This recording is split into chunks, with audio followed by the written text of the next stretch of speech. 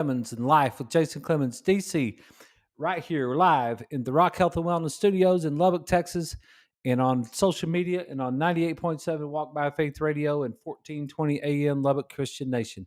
We're back again today. We're glad to talk to you. Um, Today was a little bit more chill than than yesterday. Still had to deal with some of the issues. My cousin's husband's still dealing with some serious pain with all those broken ribs that he's got. But it seems like he's going to make it, and they're doing good. They're doing better. Just they got him under pain control and everything. And then I did get a chance to talk to my friend Dr. Fraley up in Ruidoso. He sent me a text and said didn't his office, it appears that his office did not burn down. He said had to get a police officer to go over there and see what was going on. So, but the guy said, you do kind of have a river running through the middle of your office with all the rain that's going through there. So may not have a fire that burned his place down, but he said all, and he had them in capital letters. He said all the houses around his office were burned to the ground. And that's just tragic. And those people up there in Rito, so they're going to need our help. And I know you guys know that out there. And if any chiropractors are watching this show, Dr. Freddie's probably going to need some help too. So he's a good dude, and he's one of the best ones in chiropractic in the whole planet.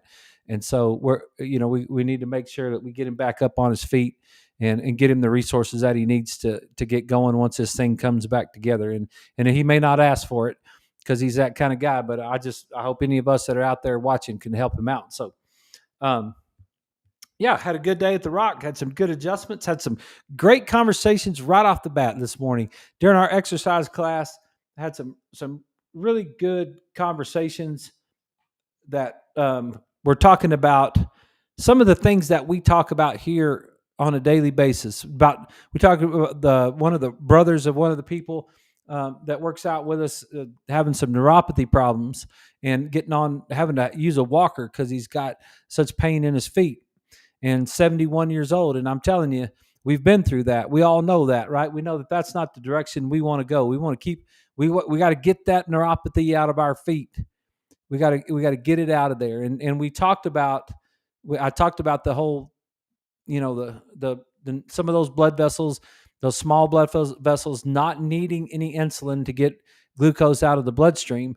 It all works with diffusion. And so if anytime you increase that blood glucose, you're going to diffuse that glucose through the vessel wall, and it's going to be stored as sorbitol, and that's going to attract water. It's going to increase the pressure. It's going to make it'll clog up the blood vessel. You're not going to get enough oxygen to the tissue. That you're going to cause the nerve damage, and then it's going to be a terrible thing because you're not going to want to move your feet when you have neuropathy. So that was one of the very first conversations of the morning. And then the other one, we're having a conversation about alcohol and how much better a person that was talking to somebody said, they noticed how much better they functioned without alcohol than with alcohol. And I just thought to myself, yeah, that is so true. That's really true. It's, your body's dealing with inflammation. Alcohol is just metabolized in the liver. Most of that is some sort of fermented corn or corn whiskey or whatever. It has something to do with fructose, and fructose is metabolized in the liver, and that creates inflammation and cirrhosis of the liver and visceral fat and metabolic syndrome and all the things that go along with it. And so I just thought it was really neat. I thought it was neat that the things that we talk about on the show every single night are things that consistently show up, not just sometimes, but I mean like every single day. There's conversations that I have that in the clinic. I think what's so cool about doing this show and being a clinician and actually seeing patients all day long is just that there's just so much of these conversations that we have that people bring to me, and they're not as advanced. They're not as advanced as you guys that listen to the show. I mean, the people that were having the conversation, 50% of the people I had those conversations with today this morning during that early class, 50% listen to the show and 50% don't listen to the show. And the ones that don't listen to the show talk about all the things that are going wrong, all the things that are going wrong with them that we talk about on the show every night at 6. So it's kind of it's kind of crazy. So what do we do about that? Well, I think there's a couple things we can do about it. Those of us who want to and want to get better and keep driving to get better, we do. We usually do get better. And those of us who don't want to don't get better. So, hey, we'll just try to shine our light so bright into the world that we just make people get better. So, that's how we started the day, to have those conversations. And then multiple conversations throughout the whole day, talking about health and your health and my health and what do we do when we lose health and what are we going to do about it? Hey doc, can you fix this? Can you fix my heel? Can you, something's going on with my knee. Hey, like there's anxiety and depression that's going on out there. And man, I'll tell you what, one of the things that's one of the most inspiring things that I do is to be able to get a patient that's never had anybody explain to them why they have anxiety and depression, and explain to them why they have anxiety and depression and what they can do to get rid of it. And you just see the hope, just like the smile on their face. They can just, for one time, they can really actually see it and say, man, like, wow, I didn't know that was why. That was very interesting. And then you could give them some tools, give them some exercises to do, give them we adjust them in a certain pattern. We talk to them about their nutrition, all the things that is very vital to getting their nervous system functioning and their body functioning, and then give them a little hope. And it's like, wow. I even had a patient last week tell me her podiatrist had told her that she's probably going to have surgery for a heel spur that was developing because of a tight Achilles tendon. And I said, well, why don't we just first of all, why don't we deal with the Achilles tendon and deal with the cause of the tight Achilles tendon, which we started off in the brain and firing the brain. Why don't we start firing the brain properly? Then we'll do some soft tissue work on the Achilles tendon and then see if we can make a difference. And after 2 visits, she came back and she said, I can't believe if I wouldn't have known about you, I would have had surgery on my heel. The doctor said I needed surgery. I would have had surgery. Now my heel doesn't hurt at all. And it's like it took you 2 visits to work out the issues that I had in my heel. And now I'm like, maybe she said she was like 90% better or something like that. And I was like, that's inspiring too. That's really cool when that happens. So the 2 things I got, I'll get to the show. The 2 things I got on the show tonight, one of them is a little bit of history, and I think I'll take on that first. And then the second half of the show is going to be a little bit different because there's some things that I've really been wanting to do study-wise, and I started to do them earlier this week and then kind of got sidetracked. But, so much of my time is taken up, and I've been dealing with weddings and celebrations of life and all kinds of different things on the weekend. And so the time that I have to try to study some things is getting eaten up with a lot of stuff going on. And I thought, you know what? Why don't we just study on the show? That would be cool. And why don't we just take my notepad? So I got my notepad right here, and I got my pen, and I've got the things that I kind of want to look up. And I want to look up some. I want to break down some the nutritional components of breakfast, lunch, and dinner from a standpoint of a wellness model. We've done it before, but I just have some thoughts. I have some certain things I want to look up. So that's what we're going to do on the second part of the show. But the first part of the show, I found a segment in The Hacking of the American Mind by Robert Lustig. I found a little chapter in the book back here that I thought was pretty interesting that had to do with the history of things. And so I thought I would just read part of this to start off the show, because it's kind of interesting. It's the history, and it's Thomas Jefferson and George Mason and the pursuit of property. And it said, how do we get to this time? This is chapter whatever, I don't know, Page 155 of The Hacking of the American Mind, The Science Behind the Corporate Takeover of Our Bodies and Brain. Robert Lustig, MD, MSL, author of the New York Times bestseller Fat Chance, it says. So, you guys that's been around a while know how much I love Dr. Lustig's work. I appreciate him. And but it says, how do we get to this place in time? How and when did happiness become subverted by pleasure? A brief but deep dive into American history, and we're going to get all the way into Ben Franklin here in just a second too. But he said a deep dive into American history will help because you can't understand the message unless and until you understand the messengers.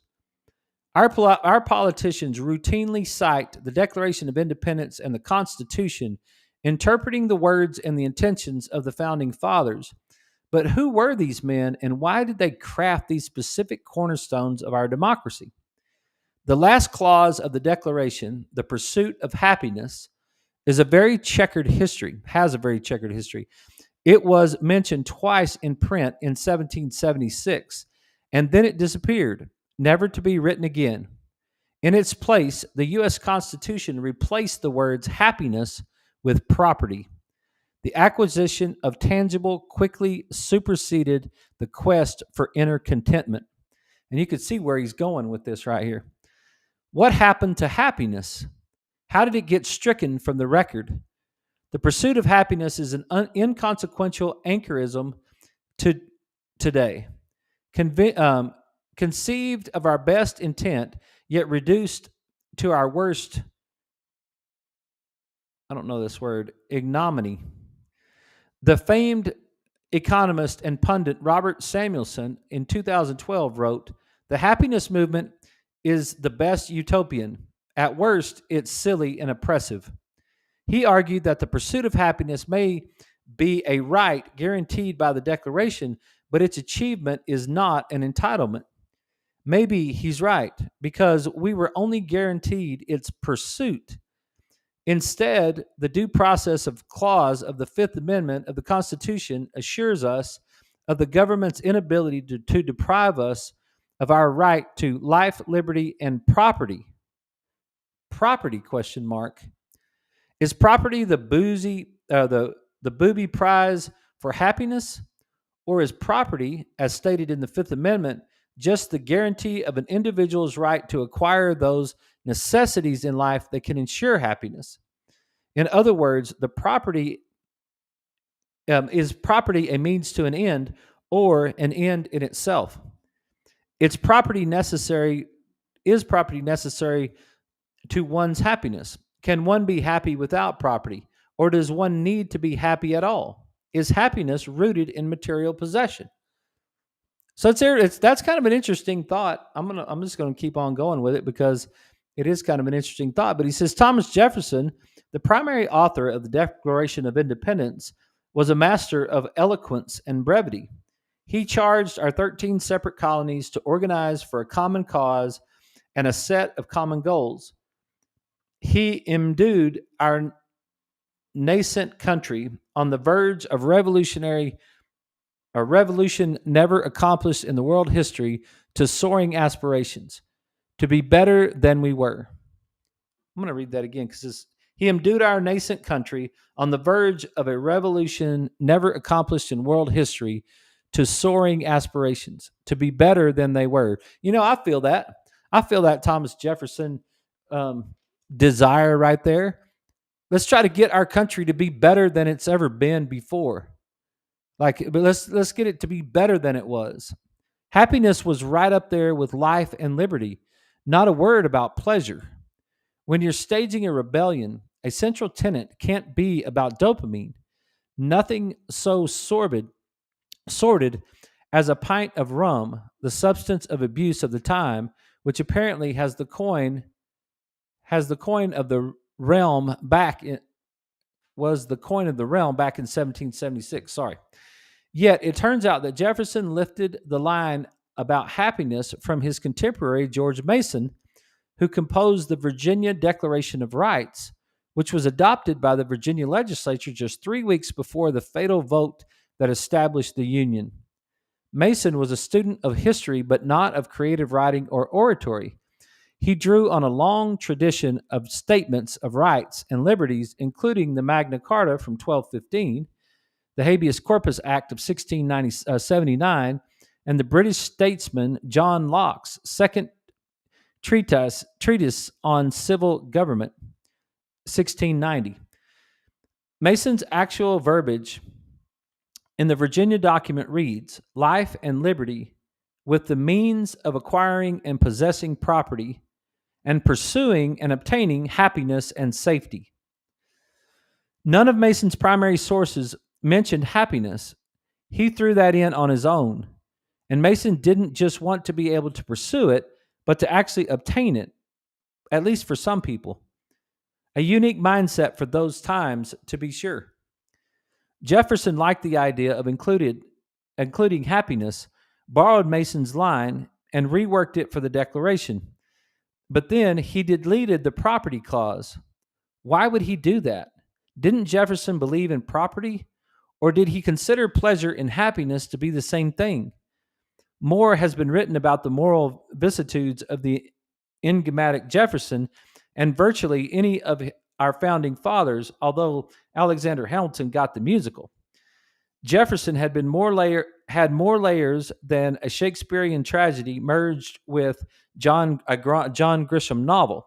He was a patrician with a big blank role, spent years living in luxury in France, and most importantly, was a slave owner.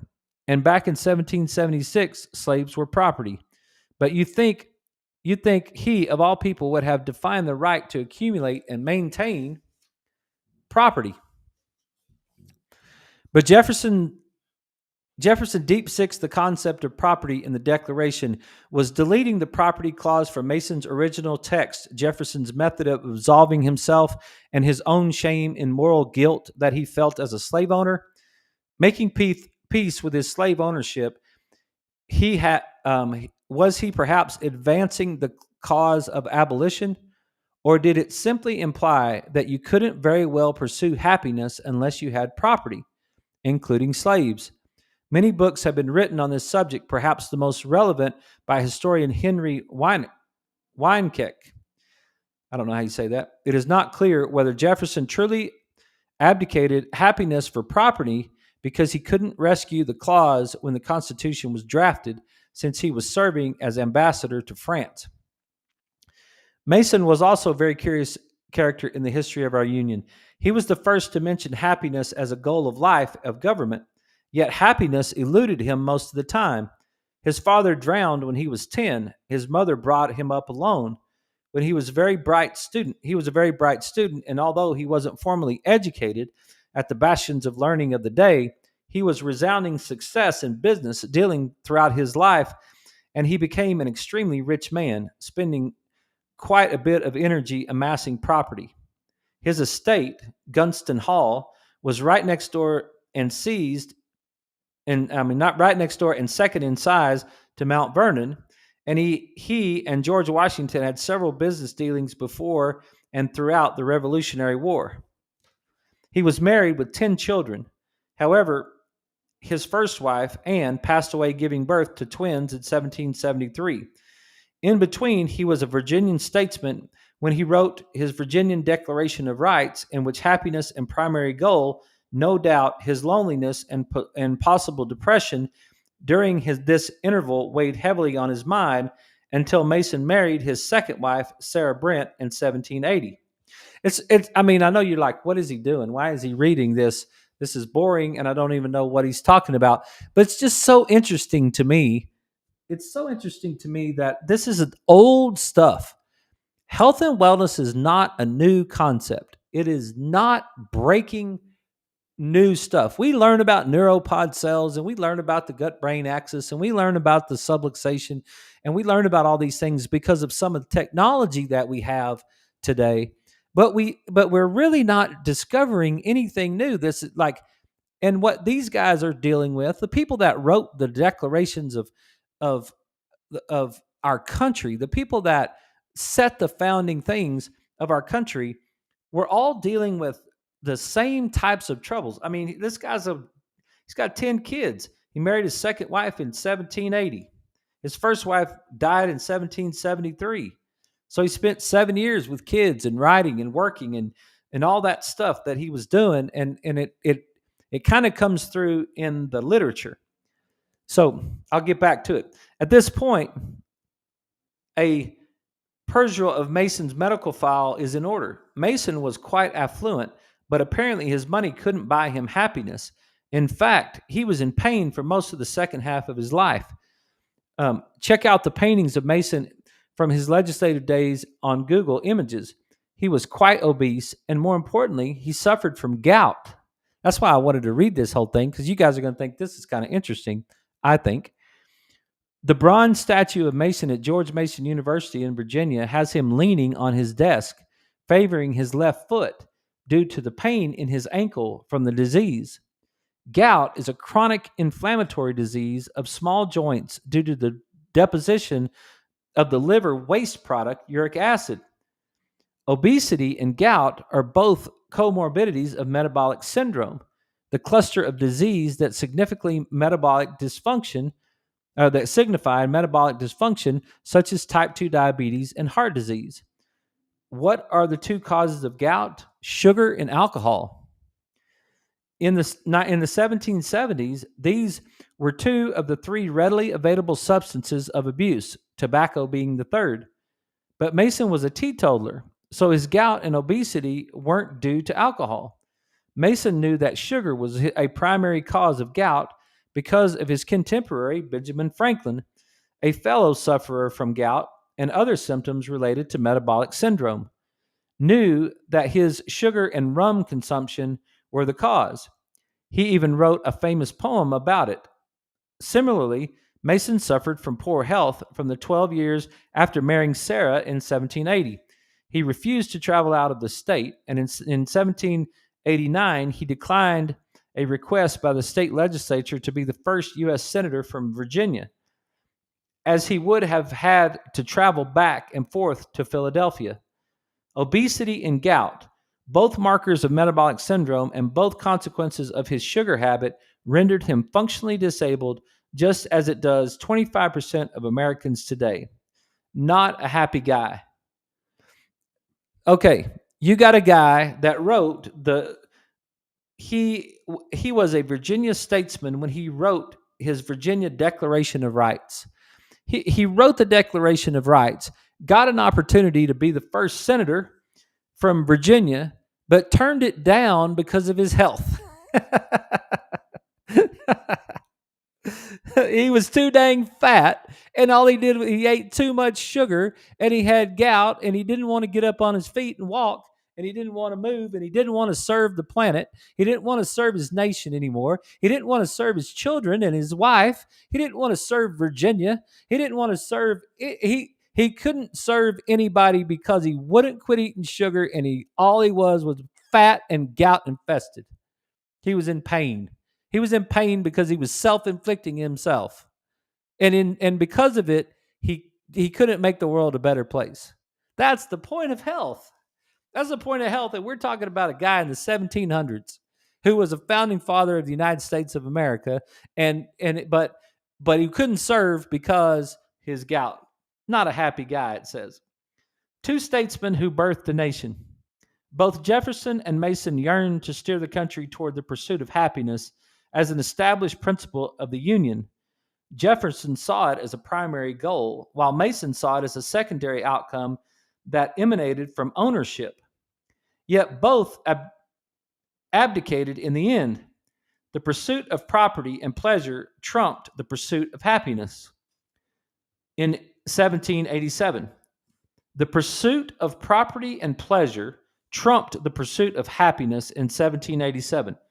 Dopamine trumped serotonin, and it still does. No wonder we're unhappy.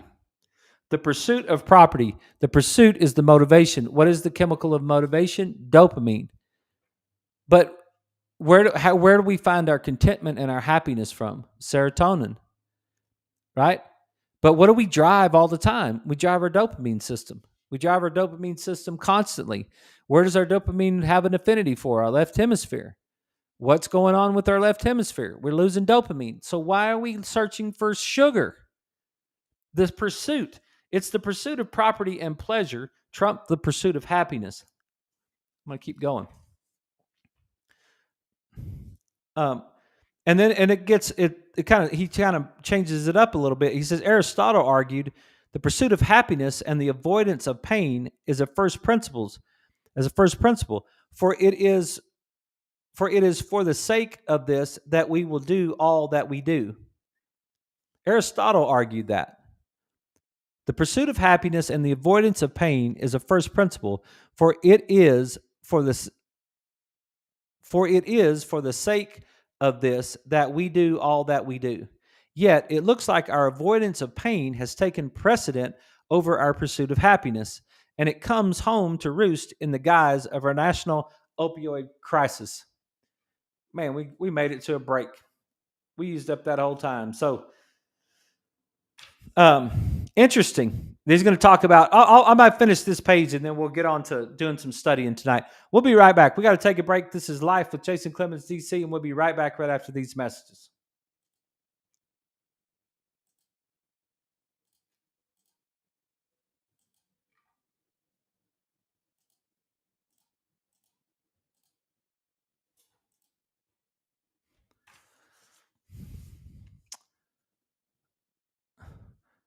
Yet it looks like our avoidance of pain has taken precedent over our pursuit of happiness, and it's come home to roost in the guise of of our national opioid crisis. Opioid modified the perception of pain, but in the process, they mollify the perception of life, and in the extreme, they mollify life itself.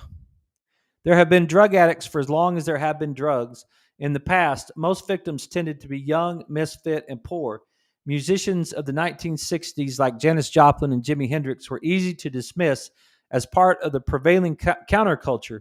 Lately, such well established talents such as Prince, Philip Seymour Hoffman, Amy Winehouse, Heath Ledger are just a sampling of those who have recently succumbed. But this isn't happening only to entertainers. They just get the publicity. Deaths from drug abuse are increasing in just about every demographic: young, old, white, black, Latino, and now the middle aged as well. Just look at the unfortunate consequences of secondhand drug availability. Inadvertent opioid poisoning in toddlers, which has more than doubled in the past 16 years. If toddlers are dying of accidental overdose, it's not just because famous and disaffected youth are the abusers. Athletes have long been using steroids for their performance enhancing effects, but some have graduated up to opiates. Started usage due to an injury and then continued it for mind altering effects. The same is happening with weekend warriors who tear ACLs or a muscle and end up for the rest of their using for the rest of their lives. A full 80% of heroin users started by using prescription painkillers first, and 1 out of 15 people exposed to those painkillers will try heroin within the next 10 years. Listen, when Saturday Night Live does a parody on Heroin AM, you know this phenomenon is mainstream. Why? Where did it come from? And why so fast? We recognize and bemoan the celebrity victims only too well, but you do recognize your neighbor, your bus driver, your kid, your pilot, who are the perpetrators of this national scourge, what is driving it. Okay, everybody, we're back. This is Life with Jason Clemmons, DC. And we were just talking about the history and Thomas Jefferson and Ben Franklin and George Mason and what happens. The pursuit turned the dopamine got driven. It's been getting driven for a long time, and the pursuit of happiness, and we got to have more, and we got to keep having more. And it's just it's just interesting to me that you can go back and you can look at the older people, not old people, but the people that from older times, and they deal with the same thing that we deal with today. And the Bible says that. I don't know if it was Jesus talking about you just keep feeding you milk, just like little infants, because you won't grow up, you won't mature. And I know for myself that I've always said that that's my biggest problem is maturity. I'm not willing to grow up, and I'm not really, and I'm trying to get better at that. I'm trying to get to the point where I'm like, hey, you know what? I don't need chocolate chip cookies. It's what I did when I was a kid. It's what I did when I was immature. It's what I did when I was ignorant. It's what I did when I wasn't focused. I didn't need that. I need to get adjusted. I need to work out. I need to eat grass-fed meat and vegetables and nuts and berries. And I need to get my sleep. I need to get my definition of my life put together. I need to define my why. I was listening to Grant Cardone this morning. He was talking about if you want to get good at business, you got to define your why. Why are you doing your business? Why? What difference does it make? It doesn't make any difference in how we do our business until we define why we're doing our business. So, anyway, don't mean to start preaching or anything. All right, let's get to some studying. I want to do a little studying tonight. And you guys, we'll just talk through it on the radio. You guys that are watching the show, you can just go along with me. Because I want to break down, and it may take me just a bit to kind of work this out, but I want to find some sites. Just let's scrambled eggs, or so. See if I can type.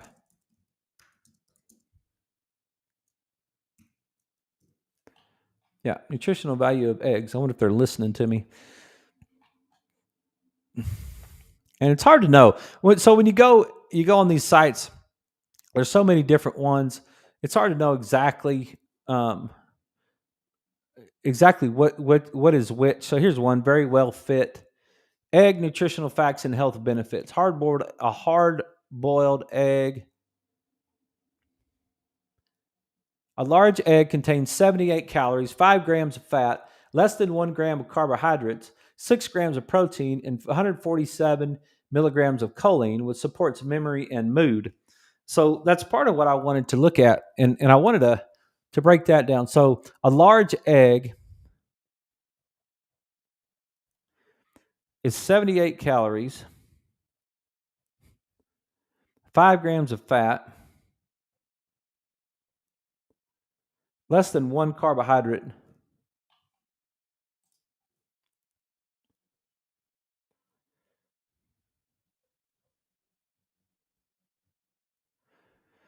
6 grams of protein,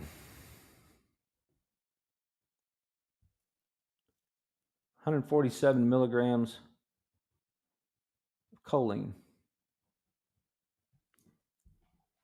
62 milligrams of sodium,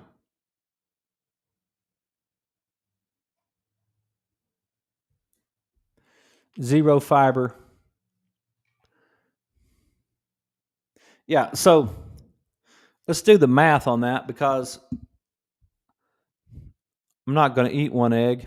You guys might eat one egg, but I'm going to eat 4 eggs for breakfast. So 78 times 4. So we got 312 calories,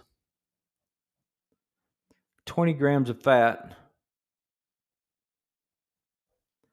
We're still, I mean, if it's less than 1 carb, you got 4 eggs. It's like you got to be, you still less than 4 carbs. 24 grams of protein, 147 times 4, 588 grams of choline.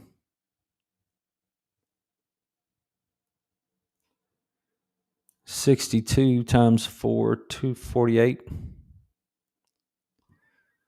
248 milligrams of sodium. All right, so there's our eggs right there, and there may be a better way of doing this, but I'm just gonna go with it for a minute. I'm gonna work this out and just put in bacon. Some of you guys don't eat bacon. It's hard to get good bacon. I mean, I don't think there's any problem. There probably is not.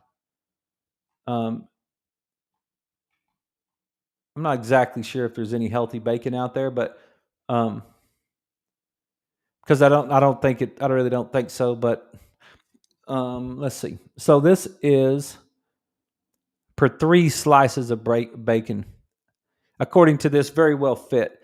Um, per 3 slices of bacon, we got 161 calories, 12 grams of fat,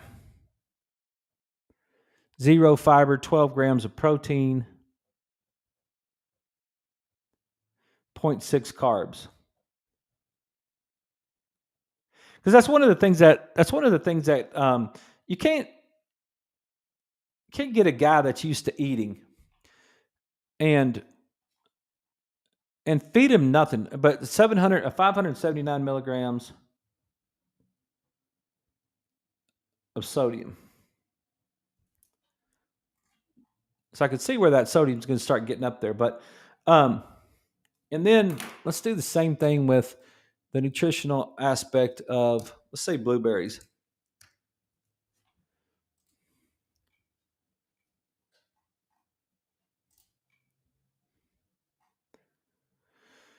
And we're talking about a cup of blueberries. And so I don't know if you eat a whole cup of blueberries. Maybe you eat a half a cup of blueberries. So you're talking about 84, so it'd be 42 calories, 1 gram of protein, 0.5 grams of fat, 21 carbs, 3.6 grams of fiber. So if let's add some pistachios to that too. Let's see if we can get either pistachios or macadamia.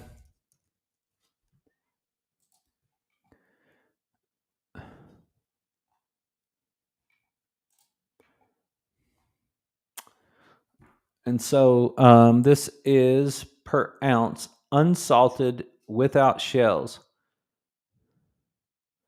per ounce. Now, I don't know how much that's going to be. It's not going to be very much, but you're going to get 13.4 grams of fat, 165 calories, 5.8 grams of protein, 2.8 grams of fiber, and 7.8 grams of carbs.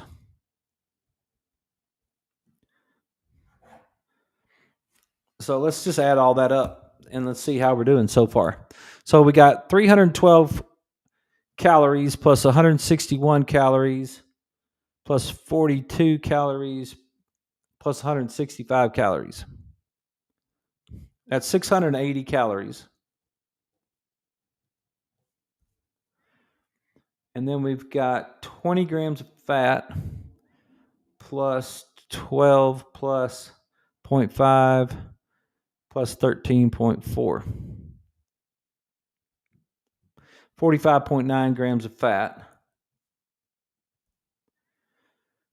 Less than 4 carbs, 0.6 carbs, 21, 28, 28.8, and 0.6 is 29.4, and then less than 4, so 29.8. And that's carbs, and it's also, we're talking about carbs from pistachios, and these are complex carbohydrates is what this is. We're not dealing with any sort of refined carbohydrate. And then 24 and 12 is 36, 37, 40, 42.8 grams of protein, 5.4 grams of fiber,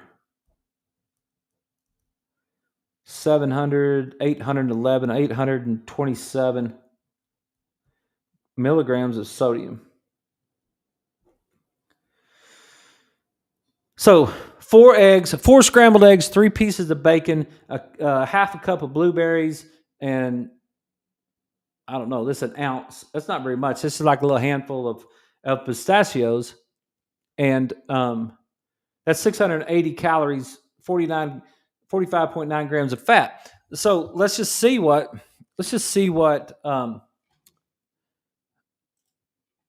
a donut, what a donut does to us, and see if we can compare the two nutritional value of a donut.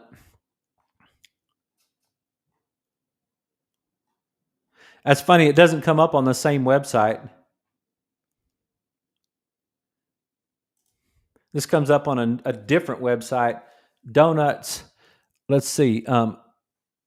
Cake type plain includes unsugared old fashioned. Well, who's going to eat one of those? I mean, come on. Let's talk about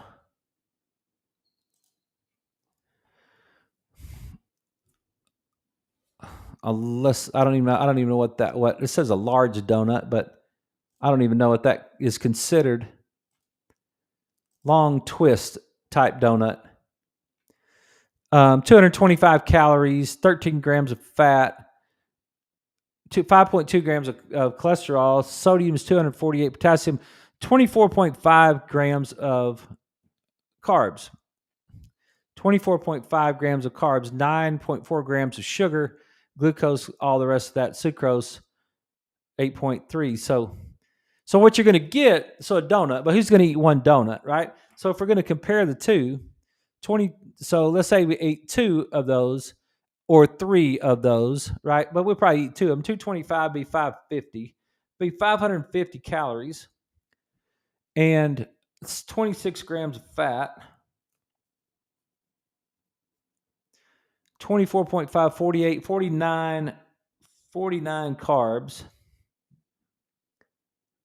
2.8 to 5.6 grams of protein.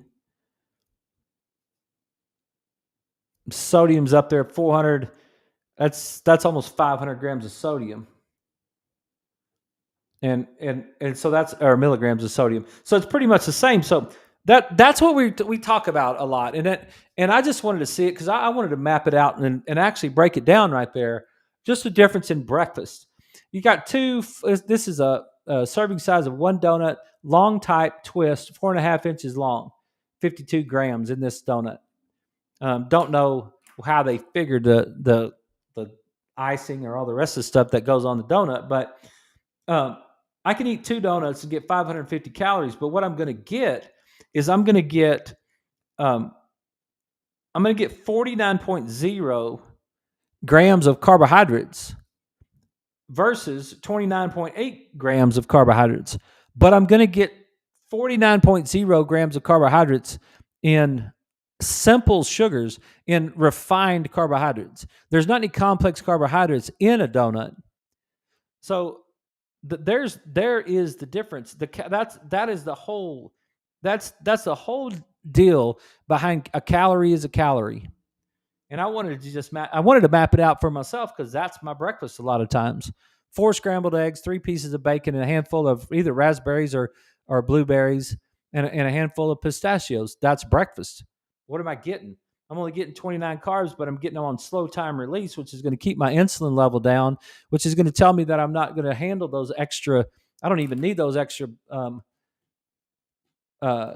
calories. I'm going to get rid of those calories throughout the day, but I'm going to keep my insulin level down. And so, but I can have 550 calories of 2 donuts and get 49 grams of refined carbohydrates.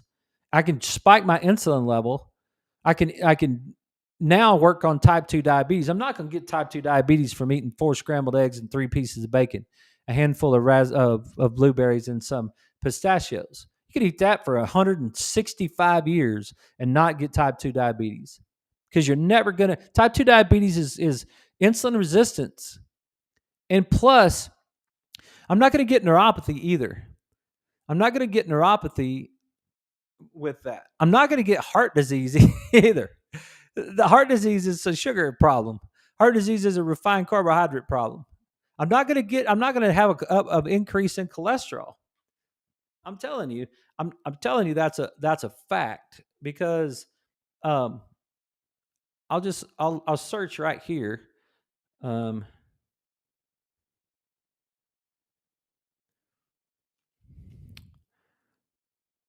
2022. This is, I don't know if this might be the, 20. What is this? 24. No, we did our blood work last year sometime. I don't know.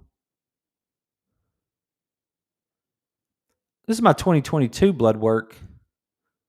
It seems like it was. It seemed like 23. I'll see if I can find that other one right there. 2020. Hang on. Maybe it's no. That's 2021, and that's just vitamin D. Because vitamin D in 2021 was 79, and then I was just looking at this was 20. This is 2022, and this is October of 2022. So I stopped eating sugar in March of 2022, and a typical breakfast for me would be those eggs, the bacon, and the sausage. And let me see if I can find my lipid panel. Yeah, so um, my calculated LDL cholesterol was 108. My HDL cholesterol was 50. My triglycerides was 39. My total cholesterol or my cholesterol was 169. Um, my ratio, my LDL HDL ratio was 2.16. And so, yeah, your triglycerides, when you have low triglycerides and high HDLs, you have large buoyant LDLs, and it makes absolutely no difference. And I'm telling you that when I stopped eating sugar in March of 2022, then I pretty much had eggs and bacon almost every single day. That's what I had this morning. This morning, I stopped. I didn't cook it at home, but I stopped at Whataburger this morning and got the double sausage, double egg breakfast sandwich, and then threw the biscuit in the trash and just ate the sausage and the egg. And that's what I had for breakfast. And I've got this little deal of macadamia and pistachios, and I had a handful of that, and that's what it was. That's what I had for breakfast. I didn't even get any of the raspberries or the blueberries to go with it. So I didn't even get any carbs hardly at all. That's where all the carbs came from. If you just add the bacon and the eggs and the nuts, there's a total of 7.8. There's a total of 7.8 carbohydrates in that, and that's all complex carbohydrates. So it didn't spike my insulin whatsoever. And so I did that from March until October. And then in October, my triglycerides were 39 and my HDL was 50. So I can tell you that ratio right there tells me that my LDL is irrelevant because it's large buoyant, according to Dr. Lustig. Now I'm not a blood guy, and I'm not an MD, but I I trust Dr. Lustig and what he teaches, and as far as that goes, and I've been listening to that and studying that since 2009. And since 2009, we've been working on that. Um, so they're going to tell you that you can't have bacon and eggs for breakfast. You're going to have cholesterol problems and heart disease, and it's not true. It's not. I did it. That's 7 months right there. That's 7 months of eating that diet, and you're not going to get that. You're not having that problem. Where you get the cholesterol problem is because you eat the refined carbohydrates, right? The donuts are what causes the cholesterol problem, not the bacon and eggs. And um and people worry about that stuff. Like one of my ladies said today, she said to me, fried foods. She said she had fried foods because she had a church group meet at a local cafe, and what they had for them was chicken strips and tater tots. And I was like, okay, well, the greasy food got a bad rap.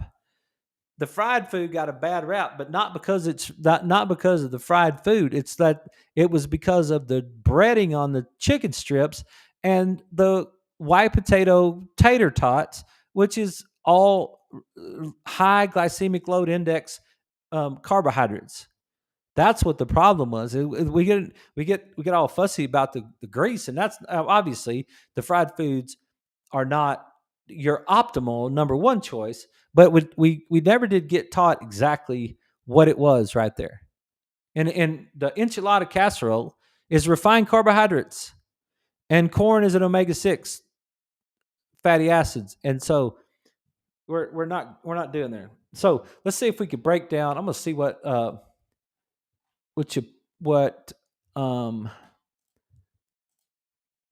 Let's see if I can use. I want to use pinto beans. Pinto beans and chicken.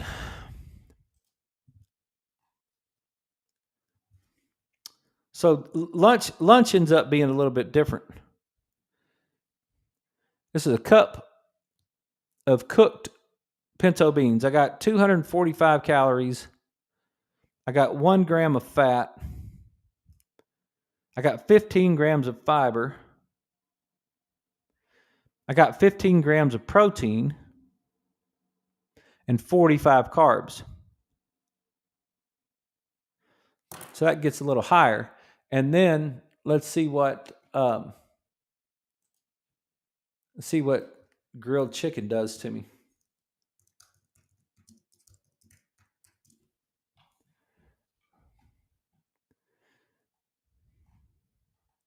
See if I can get it on the same. Yeah, there's the same chicken breast nutritional facts.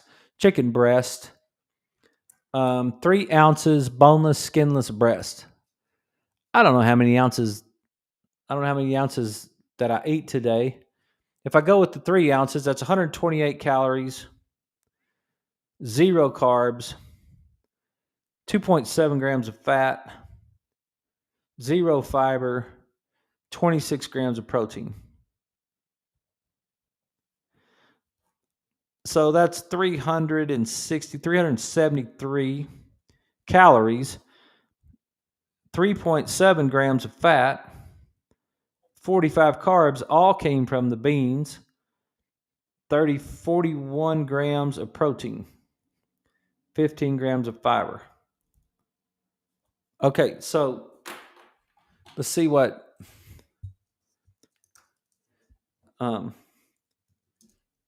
type of carbs in pinto beans.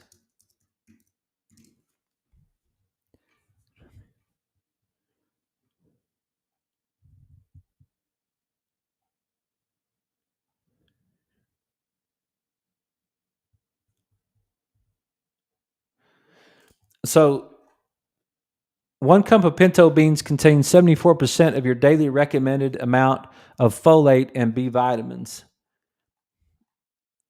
Pinto beans provides a healthy dose of complex carbohydrates. There are nearly 30 grams of starch in a single serving of pinto beans. Carbohydrates in the form of starch provide the body with quick energy. Pinto beans are also a good source of fiber, 15 grams per cup. Fiber helps to stabilize blood sugar, boost satiety, and improve digestive health. So the pinto beans are complex carbohydrates, but I got 15 grams of fiber to offset the 45 carbs. So it really drops it down to 30 carbs, a glycemic index of about 39. Foods with a glycemic index of 55 or below are considered low glycemic foods. The glycemic load of 150 grams, 3/4 cup of pinto beans is 10. The glycemic load considers a serving size of food when estimating. So there wasn't much going on right there. Let's see what we got when we search the glycemic index and see if they'll give us anything that compares right there. It would be it. Let's see. Some